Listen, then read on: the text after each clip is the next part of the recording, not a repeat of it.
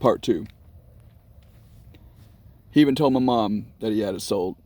So I was just fully prepared just to go down there to get the cash. All this took place at Jack in the Box in Ocean Beach. There was this guy I'd never seen before. I'm not going to mention his name because it doesn't matter. I ended up getting my ass whooped by him. He took this bike, and that was it. I knew in my heart that Tim set me up. I knew that Tim did all this. I feel that he just wanted... I guess he sold the bike. I guess he already pocketed his money. And now the bike was stolen from me. Well, I leave. I leave. There's no reason for me to stick around, right? I call my mom. I had her come and pick me up in my van because I left my car at the spot that, I was sleeping at, and mom always parks, behind me. She brought my car. I loaded up my bike inside my van, and we take off. That purple Liv bike now is coming into play. So the red bike just got, right? And now purple Liv bike. I was contacted that day that with the red bike incident. They wanted me to come over the very next day and bring the purple Liv so they can look at it. He lived in La Jolla. I needed the cash, man. He was gonna pay me $200. I needed the cash. I get there and there is a lot of plainclothes police officers. I pay attention to my surroundings. I have this uncanny ability to do that. It just comes naturally to me. I notice stuff that happens. A lot of people don't look up. I look up. That's just how it is. I noticed all this activity. I was being followed. I felt really weird. I felt like maybe that this is a setup, and it got me to thinking that purple bike must be stolen. Later on that evening, after I leave, I just left the guy because, he was adamant, like, hey, you're on your way, blah, blah, blah. And I said, I felt weirded out. I didn't even answer the call that second time he called. I was like, because I called him. I said, hey, I'm here. Oh, yeah, I'm over here, blah, blah, blah. And then I started seeing all this stuff happening. And he tried to call back because I hung up. He tried to call back and I didn't answer. I left. I went back to Ocean Beach. That's what happened. I told mom what happened.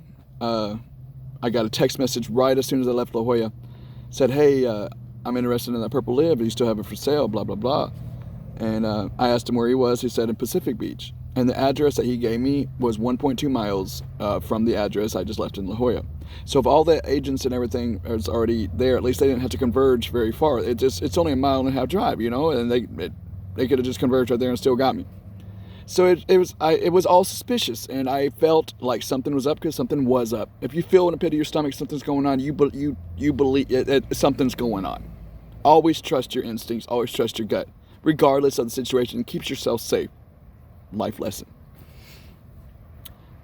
Later on that evening, that guy texts back. He says, "So you gonna come or what?" I said, "I don't know who you're trying to reach."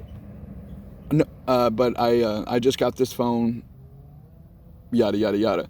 He says, I'm trying to reach the guy who's selling the bike. And I said, what bike? And he texts pictures of the bike. I'm pretending that I don't have the phone, right? I'm pretending like I just sold the phone to somebody and now that I'm that somebody that I, got the phone.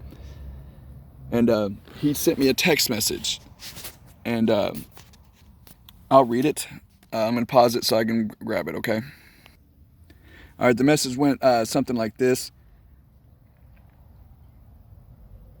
We'll just continue. I said I sold the phone, and I said what bike, blah blah blah. He sent me pictures. He said that one. I said nope, not me. Like I said, I got this phone today. Must have been his shit. He says I'm confused, but okay. Your number was on the post. I said I needed a phone.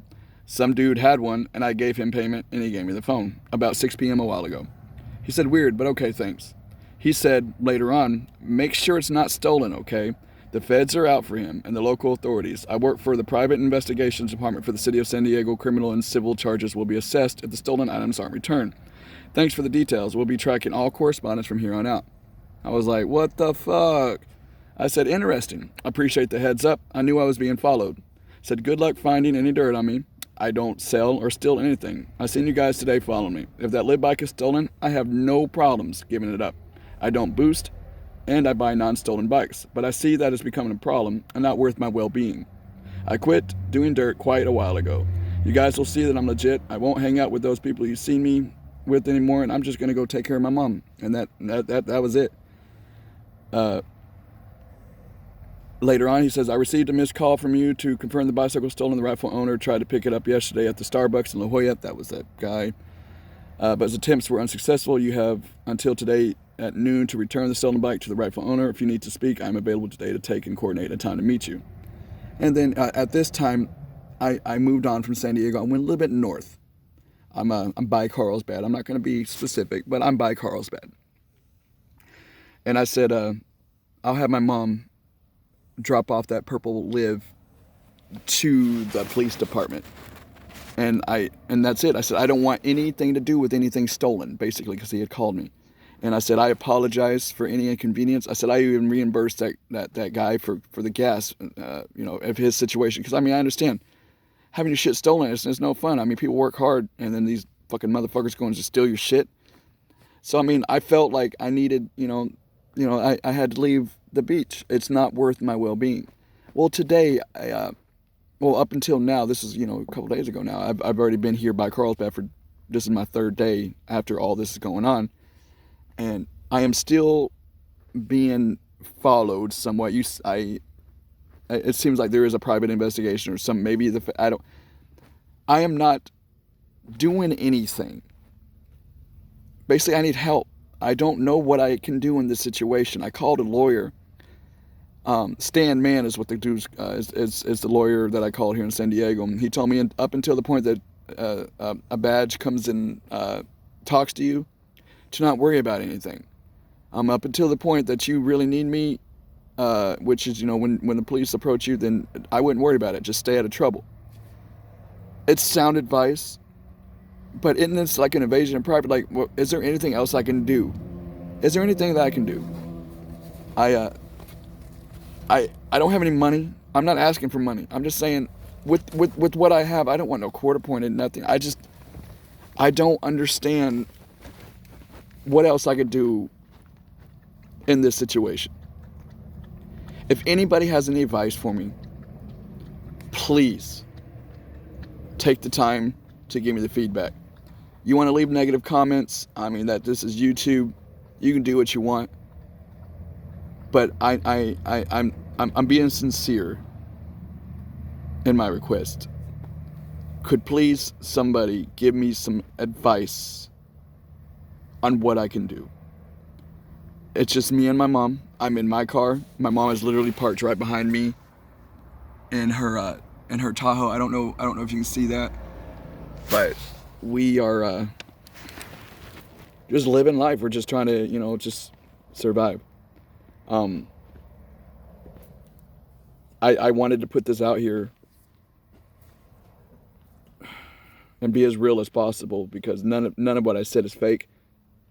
I might have omitted a couple things, but everything that I said was real and true.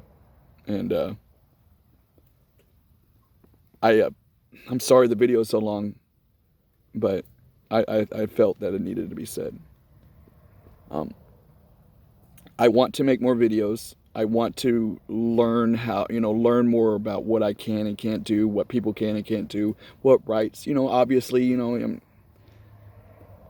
I want to make a go of this YouTube deal. I just don't know if it's feasible, because I might be looking at prison time. And